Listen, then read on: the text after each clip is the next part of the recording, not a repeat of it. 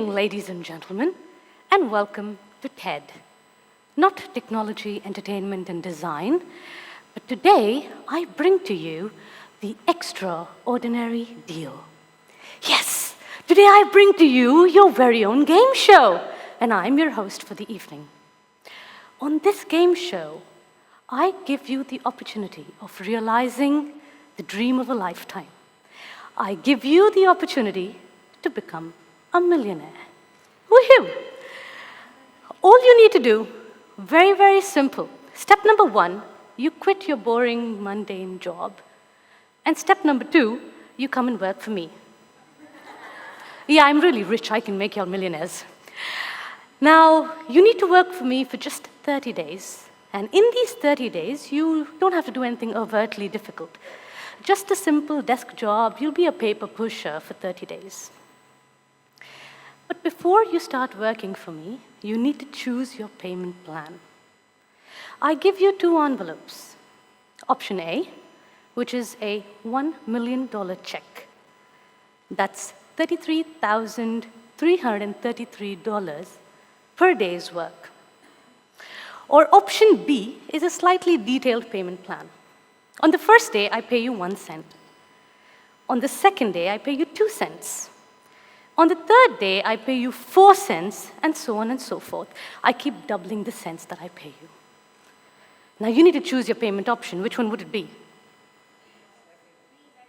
Second, first, B. Okay, there are lots of B's here. Wow, you're like cents more than dollars, huh? Great. Well, let me tell you what. B is the smarter option. Let's see why. What happens? We've seen that. But let's see what happens as we go further. What's that? $1 million on day 27? And let's go a little further. Kawabunga! That's $10 million in 30 days. Yes, ladies and gentlemen, I bring to you the 8th wonder of the world, the extraordinary deal.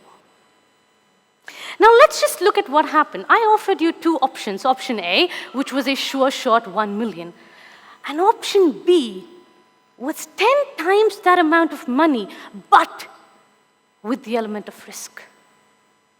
The element of uncertainty. Why? Because we cannot compute what happens so quickly. And that is the single largest problem with us, is that we are innately risk averse. As children, we are taught to be risk averse. Don't jump on the bed, you'll break your head. Don't talk to the stranger, he's going to kidnap you. Don't. And so we are born and we grow up being risk averse. So risk averse are we that man has designed insurances. We insure our homes, we insure our cars, we even insure our holidays and our pets. For crying out loud, David Beckham has insured his legs for 100 million pounds. Wow, talk about playing it safe. And that's how we play all our lives. You need to study well to get a good job. What is a good job, I ask you? One where you have stability and security. Stability and security. But at what cost? Stability and security barely graze the lower 2 levels of Maslow's hierarchy of needs, the basic needs of our existence. Shouldn't we aspire to reach the pinnacle of our needs? And better yet, shouldn't we inspire our children to aim for the pinnacle of their needs? As educators, we claim to inspire young minds to change the world. We motivate our children to think outside the box, laterally be innovative. As parents, we try to establish the unique quotient in our children. We motivate and even pressurize them to stand out from the crowd. But sadly, what we preach and what we teach are poles apart. The instant we utter the statement, the paradoxical statement, that in order to be successful, you need to study well and get a good job.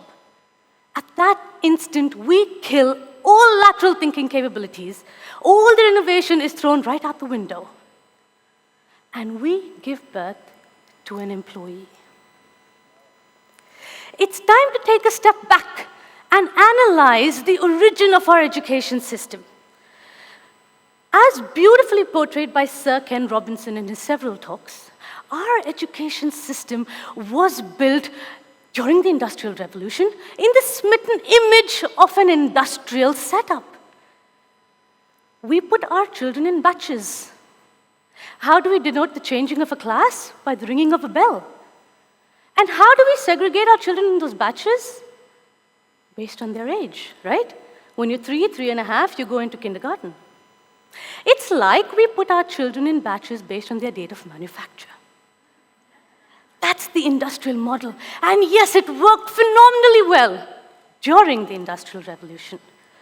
But ladies and gentlemen, wake up and smell the coffee. We are in the next generation. We are in the next age. Startups and SMEs are what we require to fish our economy out of the recession. No, we don't need employees anymore. What we need are entrepreneurs. And yes, as educators, we're not dinosaurs. We move with the time, right?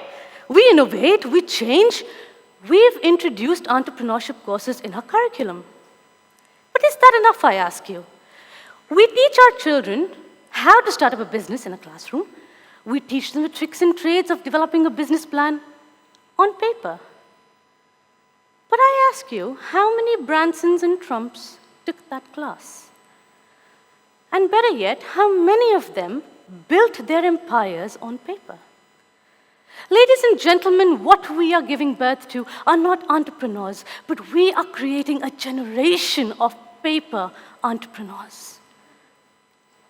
If we really wish to change the story and if we really wish to give birth to entrepreneurs, I say bring back some practicality into education. Let's take the average cost of an MBA program where you have an entrepreneurship course.